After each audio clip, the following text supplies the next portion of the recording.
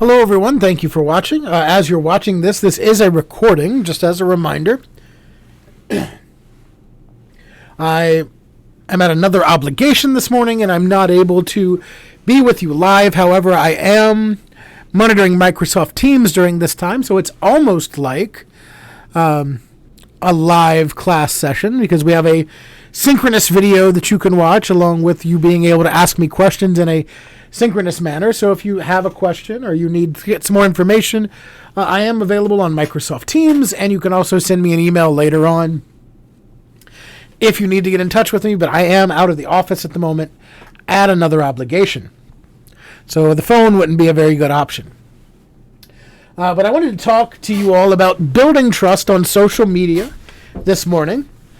Specifically, we're looking at the idea of trustworthiness, and we're looking at ethics in social media in this model, or in this module rather. And when we're looking at, social media ethics, really at the core of social media ethics is this idea of reputation, right? You have a reputation, and everything that you do is kind of staked around said reputation. I mean, really, that's all you have. That's what you have, is your reputation. So when we consider ethics and properly using ethics, really it's to help hold up that reputation. And when you look in your module and you see some of the other material that's in your module, you see me talk about things like transparency and authenticity. Excuse me there.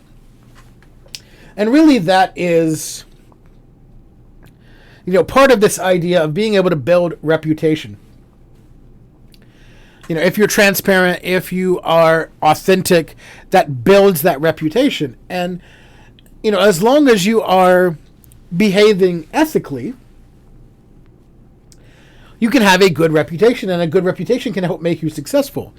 But, if you start to behave unethically, if you start to do things that, probably aren't the best things to do, things that will give you a bad reputation, well, this can be something that can really tear you down, and it can really make it to where you won't be successful any longer, right? Like we've seen several people over the course of history, in recent events, right, where they have a couple incidents in a row where they lose their reputation. And then all of a sudden they lose trust. And when you lose trust, you lose community, right? If you'll remember back several weeks ago when we were talking about the idea of building community, one of the big things that was at the center there was this idea of building trust among your followers, right? So if building trust can help you build a community, losing trust by behaving unethically can tear down that community.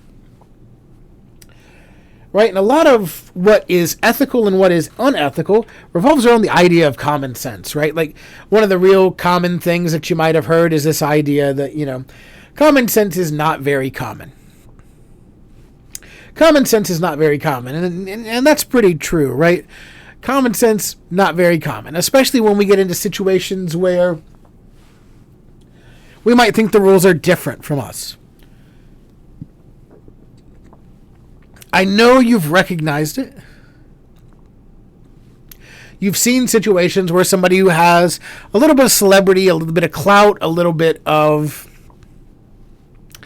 pull, let's say, believes they can act in such a way, believes they can do things that most other people, pretty much anyone else, wouldn't get away with, right? Or they would act in such a way that they should know is not good, right? When we think about common sense and we think about ethics, a lot of times we're thinking about situations where, we would know this would be wrong. We should know that doing this would be wrong. We should know that doing this would lose us followers, would lose us support. But at the same time, when we are dealing with something like that, we end up with a situation where, especially if we're able to gain a lot of followers, gain a lot of trust, there's a lot of power that comes in that. And, you might have also heard the phrase, absolute power corrupts absolutely. When people kind of get power, they're prone to kind of getting power hungry, right? And so we see people kind of lose common sense in these instances. We see people make really silly mistakes because they're not really thinking about things the way that they should be thinking about them.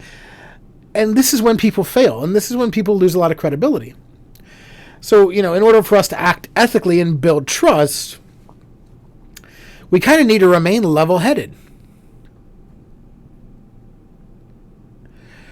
And a lot of that's going to involve, these types of inventories that we've talked about in the past, right? We've talked about using our analytics to kind of help us make decisions. And if we are making decisions based on analytics, if we're making data-driven decisions, and we're seeing things that our community likes and seeing things that our community doesn't like, then our community can really help us be a barometer for what things are good and what things are bad, or what we should be doing and what we should avoid. Right? Because, like one of the big instances that I've heard of incredibly recently, right, is the idea of NFTs, non-fungible tokens. And you don't really have to know everything about an NFT to kind of understand the concept that, some people don't like them. Right? A large number of people, I'd say, don't like them. And when we think about the idea of an NFT and think about the impact that it has, we can look at these NFTs in a certain sense, right? Because there are different sides of the coin here in terms of how people, don't like them, in terms of why people hate them, if you will. Right? Because one is an environmental impact, right? Like it needs a lot of computing power to be able to run the processes needed to verify, create, transfer, sell NFTs. Right? And that computing power, that uses a lot of energy. And, with the way that energy is produced by and large, it's, still fossil fuel based, a lot of pollution comes out of that. So when we are, if you're environmentally conscious, you might object to NFTs from an environmentally conscious perspective. You also might just object to them because you think they're shady. Because we've seen a lot of what they call rug pulls, where we have these NFT projects or these crypto coin projects, right? That people will promote.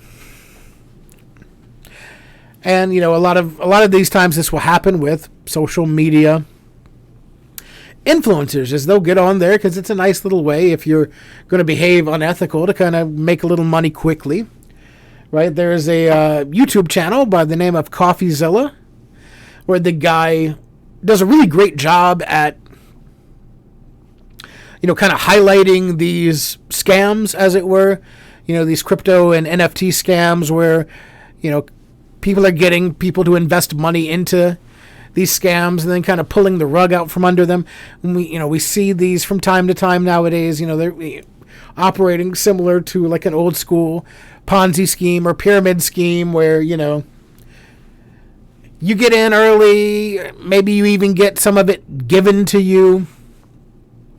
You promote it to your followers who up until this point you've built trust in, right? You've not given them a reason not to trust you. And so they trust you and they think that, this could be a good investment for them. As all of your followers start to buy into this currency project or this NFT project, that pumps the price of it up. Then the influencer will sell all of what they had in it, making a bunch of money in the process and causing the price of that to crash to zero, to where everyone else who they kind of conned into buying into it would be left holding the bag. Right? So this is a really great example, I think, of, the idea of social capital being used to build trust, right? Because, if I'm a social media person, or if I'm, building a brand on social media, I've built trust in that brand over time, right? Because remember, as we've said before, one of the things that we're going to do in order to build our brand is we're going to build trust among our audience. And, using that trust as a force to kind of guide us and help us make decisions, that's one thing.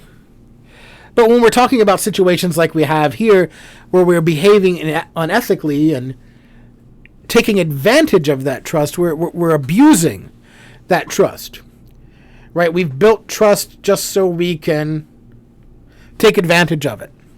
And, that's incredibly unethical. But it is, the kind of power that we wield. Because if you can get somebody to trust you, right, like that's the oldest con, right? Con comes from, the idea of confidence. It's a confidence man, right? Like if I can boast and brag and, with my bravado convince you to put your trust in me, then it would be easy for me to take advantage of that trust at some other point, right? Like that's the whole purpose of a con. And when we're sort of handed that power, as we would be in the situation of social media, when we are sort of handed that power, then it's easy for us to let that power corrupt. So we need to stay grounded in common sense. Try not to, let things get out of control, which oftentimes is easier said than done. Now, in order for us to really understand how to act ethically and build trust, we need to really understand what makes something trustworthy, right? So when we're looking at the things that make trustworthy, we have the information in the course, right? That's kind of what I'm going to highlight here from Dr. B.J. Flagg. A lot of really good information in that about what makes something trustworthy. I mean, we almost have an algorithm here in terms of what makes something trustworthy. And so the first thing that makes something trustworthy that we can do to kind of help improve ourselves is that we want to make it easy to verify the access, or the accuracy rather, of the information. Right? Because in a confidence scam, in a scam as it were, the information that you're providing is typically not always easy to verify, right? So if we can have something that's difficult to verify, we can convince somebody of it and use the trust that confidence and conviction could build in another individual to take advantage of them. So if we are behaving ethically, one of the things that we want to do is we want to make the information easy to verify. Right, we want to have it in a record. We want to have it in a ledger, right? And that's one of the things that, kind of makes these, that's kind of one of the things that's kind of the downfall of some of these NFT scam artists, right? Is because if you know what you're doing, you can actually follow the currency. And again, that's, if you're interested, that's something that CoffeeZilla often does, is he will follow the ledger and see the verification of these scams taking place. So if we provide easy to verify information up front, then it's easy for our users to do their own research. And in doing their own research, they can verify with other sources that what you're saying is true. Right? So we want your audience to be able to go out and verify what you're saying independently. Or verify it with another source, which we'll talk about in a moment. Right? The easier your information is to verify, the more trustworthy you will prove. The next thing that we have here It's the idea that there's a real organization or a real person behind your account. And as we all well know, like, bots are incredibly prevalent in social media. They're everywhere. That's one of the things that Elon Musk, it seems like he's probably going to be buying Twitter. That's one of the things that he has kind of promised to do in the event that that purchase goes through, is he wants to get all the bots off of Twitter. Because bots can influence things in a way that is negative. Right? Like, if I'm one person with a bot army, I can make it seem like a lot of people are moving in a general direction. We see it happen all the time. It's organized misinformation campaigns. And so if we have one person who says something is true, and we get all these other bots to kind of quote-unquote verify it, right? It might look like something's verifiable, that a lot of people are talking about it, but it's really being backed up by bots. Now, in general, like, bots are kind of easy to recognize, right? Like, there's the whole meme about first name bunch of numbers on Twitter, like, if it's a really generic name, if they're not, tweeting, if they haven't been an account for long, if they're not following many people and or don't have many followers,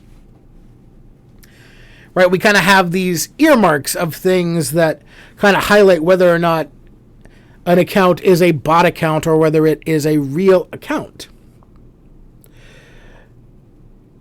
But since these bot accounts are so prevalent, completely anonymous accounts are inherently mistrusted, right? Because if you're completely anonymous, if you have no indication as to whether or not you are a real person as a part of your brand, or a real organization as a part of your brand, then, primarily just because it's the internet, but for many other reasons as well, right? We're just going to assume the worst. We're going to assume the worst. So we're not going to trust what's going on here. So if we can prove that there's a real person or a real organization behind the account that's actually saying these things and doing these things, it's always better, right? Because then there is someone that can be held accountable, right? If it's completely anonymous, if you don't know if it's a bot or whatever, right? There's no real person that can be held accountable for unethical behavior, right? But if there is a person or an organization or company, a real entity behind an account, then, if this account were to behave or do something that was unethical, then there would be someone that could be held to account that, would lose the trust instead of just being some sort of amorphous anonymous entity, right? That can just move from account to account to account. So just by the nature of you being willing to be like, hey, there's a real person here, that's going to inspire more trustworthiness. That's going to inspire more trustworthiness because there is a real person tied to it, and this real person can be held accountable for unethical behavior. Another thing is to highlight your expertise. And, the big rule of thumb here is to show, don't tell. Right? And so that's why one of the primary areas that we want to focus on, or that I like to focus on, is video. Right? Because in video, we can show people things. We can show people that we're experts. I can do a tutorial showing how to use Adobe Illustrator. I can do, I can play video games and show people that I'm really good at them. Or I can, whatever it is that your niche is, where your, where your focus lies, you can do that thing.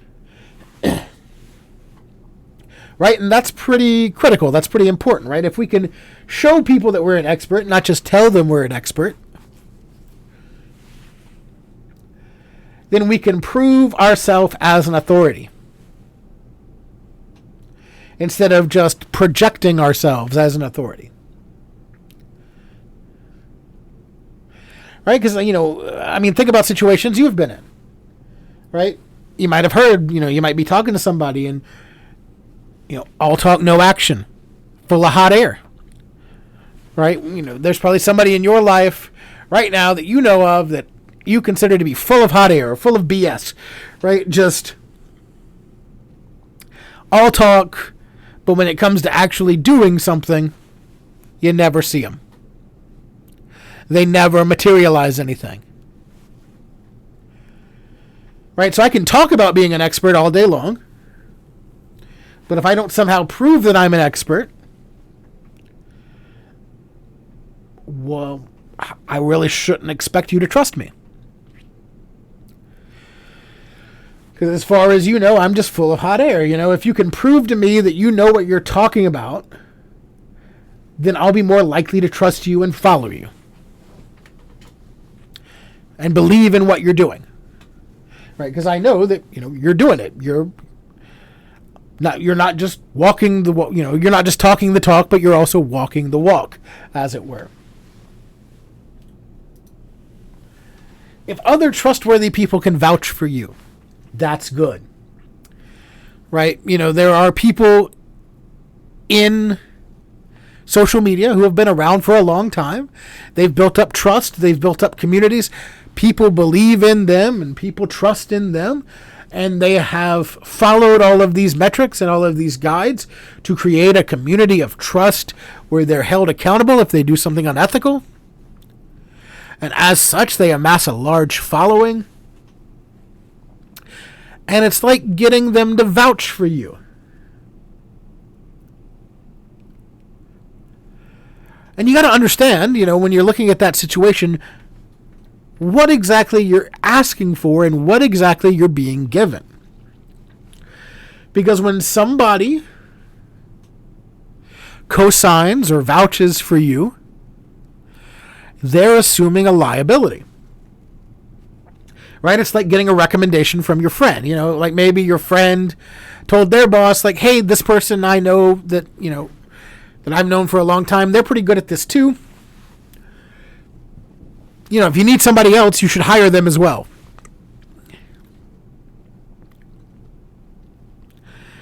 There's a lot riding on that. Right? And that's why that's generally very effectual. Because we have this idea that not only does this person believe in me and say that I'm good, this person that already has this big reputation, they're vouching for me, they're saying I'm good too. They're staking their reputation on it. Right? So that's why we really have to understand what this means when we get something like this or when we make this sort of ask. Because not only it's not just that they're giving you credibility. They're staking their credibility that they might have amassed over years and years and years and years and years. They're staking their credibility onto your credibility. So in that instance, like if you go ahead and just do something unethical, well, not only are you impacting yourself, but you're also impacting that person that vouched for you. So this is a big deal. And we need to make sure that we treat this, if this is something that we receive, right? You get a shout out from another creator or another social media marketer in your field. That shout out carries weight to it because it carries with it the trustworthiness of the community that they have built. So if you turn out to be a real jerk and this person vouched for you, it makes them look like a real jerk too. So I just want to make sure that you understand the gravity and just the magnitude of something like this when it happens. Another thing that we can do to help build trustworthiness is to use restraint with any promotional content, like ads and offers. Right? It's okay to do an occasional ad, right? It's the way that we all make money on social media. Right? Advertising, You've heard me say it before that by and large, things like Facebook, Twitter, YouTube even, right? They're not social media companies, they're advertising companies, right? They're collecting data or they're gathering an audience and they're advertising to that audience. So advertising in general, promotions in general, not bad. When it becomes bad is when it's basically all you're doing, and when the quality of the things that you're promoting goes down. Right? So when we're talking about using restraint with promotional content here, one of the first things that you want to do is you want to be aware of what exactly you're willing to promote. I was listening to someone who does social media content creation very recently, and they said, if I'm not willing to use the product myself, I'm not going to advertise it.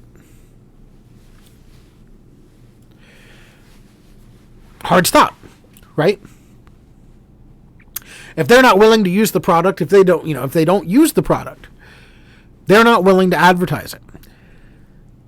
And you'll see some people, kind of taking any advertisement just because, hey, it makes money. Right? Without thinking about what the product is or what exactly it is that they're putting their trustworthiness behind. Right? We kind of have the inverse of what we were just talking about when someone else vouches for you. Because what's happening here is you're vouching for a product. You're vouching for some kind of offer. You're vouching for some kind of service. You're vouching for what you're promoting. You're using the trust and you're using the community that you've built to say, hey, go buy this thing. Go do this thing, whatever it is, right?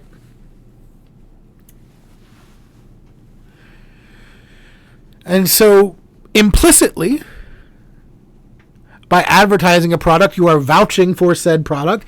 And if that product is garbage, if that product is harmful, if that product is a scam, that is reflexive on you because you promoted it. You vouched for it. You put it out there as something your audience, whom you've built trust with over, a long time,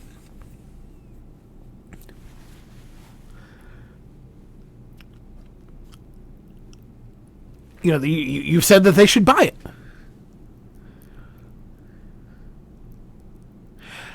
And that impacts your trustworthiness, right? Because you've just told them to waste their money on something just because you made $500 promoting it.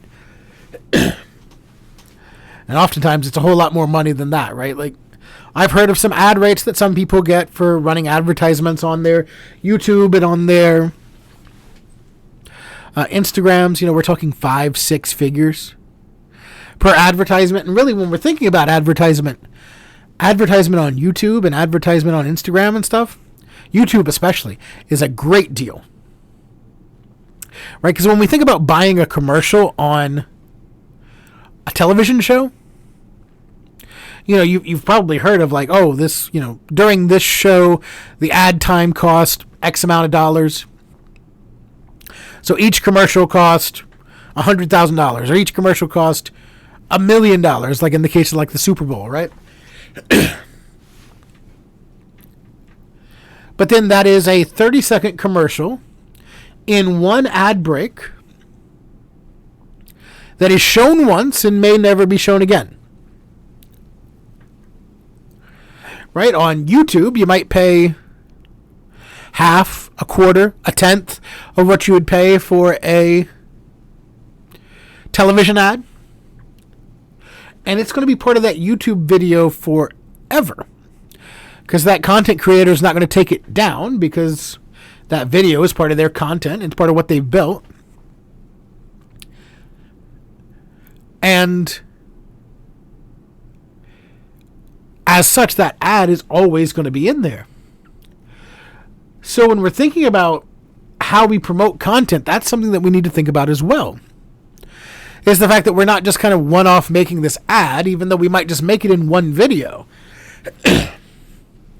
If that video is a part of our YouTube channel, that video is probably going to be there forever. And people that find that video 5, 6, 7, 8 years from now will watch that video and will see that ad. So it's not even just things that are going on now that you have to be mindful of, but it's things that are going on in the future. And if you're doing too many ads, right, which you can overdo it with ads, it starts to seem like, well, that's all this person does is shill products and post advertisements, and you can't trust this person or you can't trust this organization because all they want to do is sell you something, right? Like, I'm sure you've had that situation with people that are, salespeople all the time. Like, all they want to do is sell you something. They don't care what they're telling you. They don't care what they're doing, how they come across to you. They just want to sell it to you.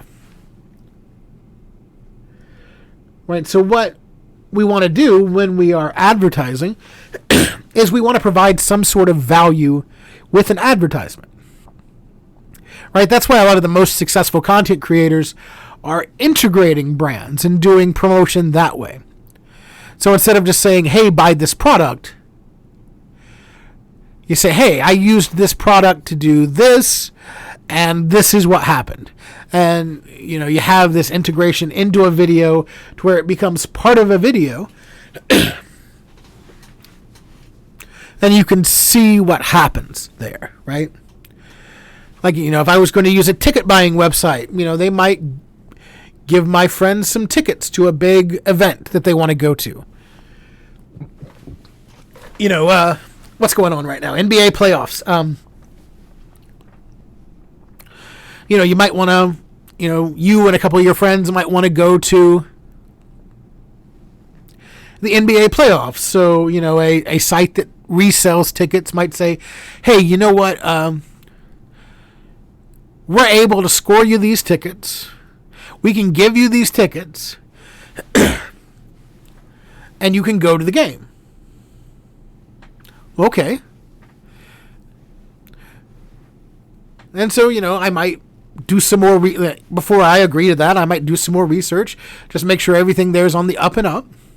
And then instead of just doing an advertising segment, where I just say, hey, buy tickets from this place, they're good, I can say,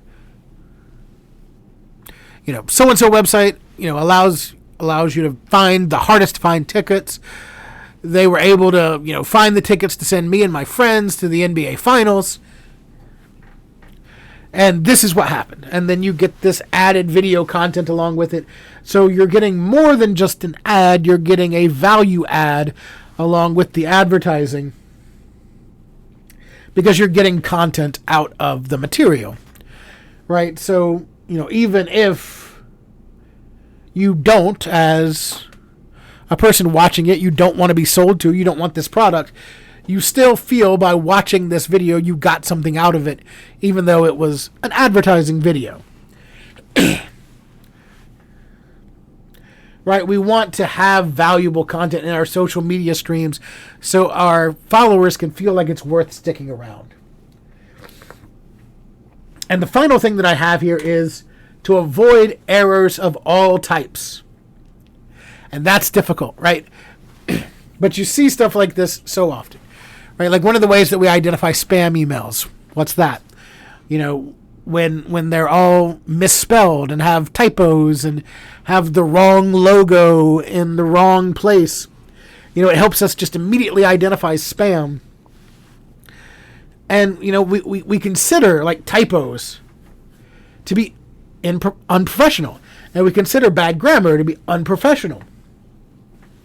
So if we want to project professionalism and we want to project trustworthiness, if we are making sure everything's spelled correctly, if we are proofreading, if we are type editing, doing everything we need to do with grammar and spelling and making sure everything is professional before we send it out, we're going to project ourselves as being more trustworthy as a result. And this is tough, right? Like, obviously some things are going to get through where you've made typos and, sometimes it makes it seem more genuine and, we can kind of go back and forth on the idea of, grammar and things of that nature, being, ultra professional versus kind of laid back and loose and fun. Right, so as you create your content, you want to do your best to make sure everything is clearly understandable, properly spelled, and as error-free as possible. And that's one of the most challenging things, right? To make your content clearly understandable through the internet. I mean, you're basically just asking, you're asking somebody to move mountains there. But, we want to do our best because our trustworthiness, our reputation is on the line. So we want to do our best in trying to ensure that, all of this is error-free. And so that's all that I really want to talk to you about for today. So again, I thank you for watching. We'll talk a little bit more. We'll have a really short live stream next week, I believe. It'll be the last one because the last class is, or the next time we would meet would be after the semester was over at that point. So we're coming, up to the end of the semester. I think we'll have a really short live session next week just to kind of debrief, talk about a couple more things, and just talk about the final project and making sure you have your final project kind of all together. Because there are no additional labs for this module. It's just about focusing on those last couple weeks of videos and getting your final documentation ready to go for your final project. So thank you for watching. Again, I am available for questions via Microsoft Teams, via email. So please, if you have questions, please let me know. But thanks for watching, and we'll see you next time.